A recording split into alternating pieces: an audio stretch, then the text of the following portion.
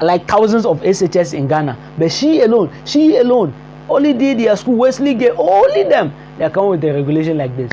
Assalamu alaikum. You're welcome to What Happened. If this is your first time here, consider subscribing, like and share this video. You know I'm in a farm now. You see my cap at the back.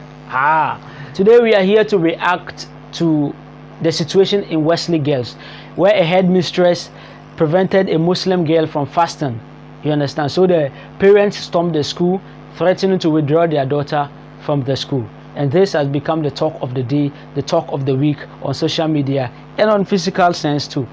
So now, what we need to, looking at the issue at hand, the reason she gave was that, one, if they allow them fast, they become weak, they will not be able to undertake their normal routines in school.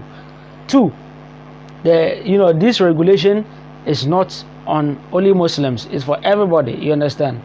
So that is the reason she gave.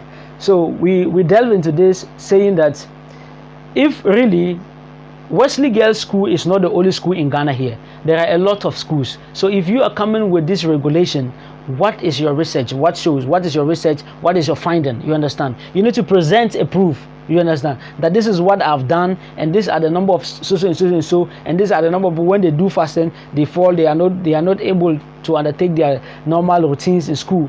Therefore, I am coming out with this regulation. But you don't give any, proof. You don't give any research. You just speak with just one or two experiences you have. This will largely not be acceptable. No school has ever come with this kind of regulation. So what is her proof for this regulation? You understand? More than like thousands of SHS in Ghana, but she alone only did their school. Wesley gave only them. They come with a regulation like this. So you see how funny it is. So it can't be true. You understand? There are other schools, they never brought any complaint or any regulations like that. So why is she coming with this regulation? It all boils down to intolerance and unaccepting other people's view. This regulation itself saying that people are not allowed to fast in school. We all know when you come with a regulation, largely the people it will affect. Saying that people are not allowed to fast is largely going to affect Muslims. Yes, Christians fast, they fast optional fasting, but here is it. You understand? So Muslims are those people who fast the optional fasting, and then they fast the institutionalized one, the compulsory one, which is the Ramadan. You understand? So when you come with a regulation that people are not allowed to fast, we all know it is Muslims that is largely going to affect. A Christian is fasting, it's not compulsory, you understand? So she can decide not to fast. But a Muslim, they have the one that is not compulsory. If he decides not to fast, how about the compulsory one? So we all know that these regulations are regulations that affect largely on Muslims, you understand? What I'm saying is that you shouldn't hide behind this and say that it's not only Muslims, you understand? They know what they are doing. They come with this kind of regulation. It is Muslims they are targeting. You understand? Saying that it's not just Muslims, Christian is something that doesn't hold. Now take a look at this example. This example is not to disrespect Chinese or anything. You understand? But just for us to learn. In Chinese, some of them find it okay to eat frogs. You understand? But that doesn't mean that it's only Chinese who eat frogs. There are other races who also eat frogs. But largely, we all know that it is Chinese that they eat frog. You understand? So imagine a school where Chinese attend. You understand? And then they come out with the regulation that no one is allowed to eat frog, whether it be Chinese, it be African, or it be someone. You understand? So they come with a regulation. Let's ask ourselves, which people are going to largely affected? It's Chinese. So because they don't want to, a school would not want them to target that it is anti-Chinese. That is what they will say, that it's not only Chinese. It is. So that is the same thing that this mission is doing.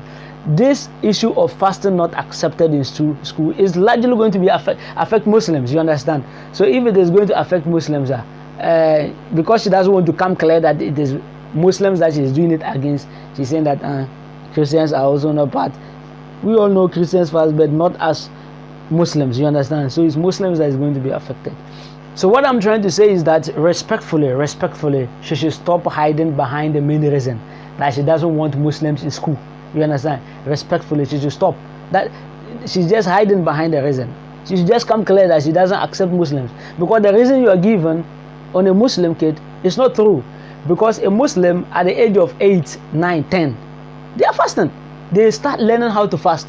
And when they fast, it's not like we sleep at home. You understand? They go to work with it. You go to the market and you see a young girl or a young boy in the market, hot sun, hawking, sometimes seated at the shop, doing hard work, and they are still fasting. They don't complain. So when they come to school, what hard work is in school? You understand? So the reason they give that, when they fast, they will become weak, and then they will not be able to concentrate. It doesn't hold water. You understand? Because when we say a Muslims, our fasting is different. It's not just like any regular faster. We fast and we are very strong. We fast and we do the labor work. We fast and we do hard work with you. You will not even realize we fasting. You understand? So she should just stop. Respectfully, she should stop hiding behind this thing and come clear. You understand? Also, what I say is that we Muslims have always have problems with this institution, from hijab to salah. Now it's Ramadan. You understand? So what I say is that let's ask ourselves, are these institutions government owned or they are privately owned institutions? From my perspective, if these schools are government schools, that means that one way or the other, they are using your parent taxes to pay. They are using your own taxes to fund them one way or the other. You understand? So in that case, you and I can fight for this kind of regulation, these funny regulations. They should never put them in schools. You understand? We can fight against that in a lawful way. You understand? That is one way. However, if these schools are privately owned institutions, it's just like a person have his own thing and is making regulation. We will not have an upper hand there. They will have an upper hand again. So if Wesley girls or any school that come with this kind of funny regulations, if they are privately owned institutions, then they will have an upper hand. But if they are government owned, where we all know that these are government owned institutions, then in that case we need to fight for our rights until this is made known to them, for them to be tolerant and accepting others' views too. Now, from my perspective, I think that if I had a child and then I see from afar that these regulations are made clear, that they will not allow them pray, they will not allow them wear hijab, or they will not allow them fast one way or the other, I'll take them to another school. I will take them to another school and I'll preach against the school. Everywhere I find Muslims, I'll preach against the school. I'll make the Muslims know that this school is not good for a child. It's not good in a way that they will allow them to fast, or if it is a school that prevent them from prayer, it's not good. This school allow your son to pray. I will have to preach against it. Tell the Muslim community to blacklist it. They shouldn't take their children to schools like this. You understand? A school that does not allow your child to do salah, to worship Allah. A school that does not accept other views. You understand? I will have to take my school out, and I also tell my colleague Muslim never to take their children to school, because first of all, these kind of schools are not welcoming. So my final take on this issue is that it's high time we learn to tolerate people. It's high time we learn to accept other views. You understand? It's high time we learn to know that when we begin to accept other people, other views, other perspectives, that is when we begin to grow. Look at Harvard, look at Oxford and co. Do you think when they grew up or they become this popular by not accepting other races? Do you think they become very popular by not accepting other people with religious views and other perspective of people? No, they grew because they were open to accepting new perspective, to accepting other people. That is how they begin to grow.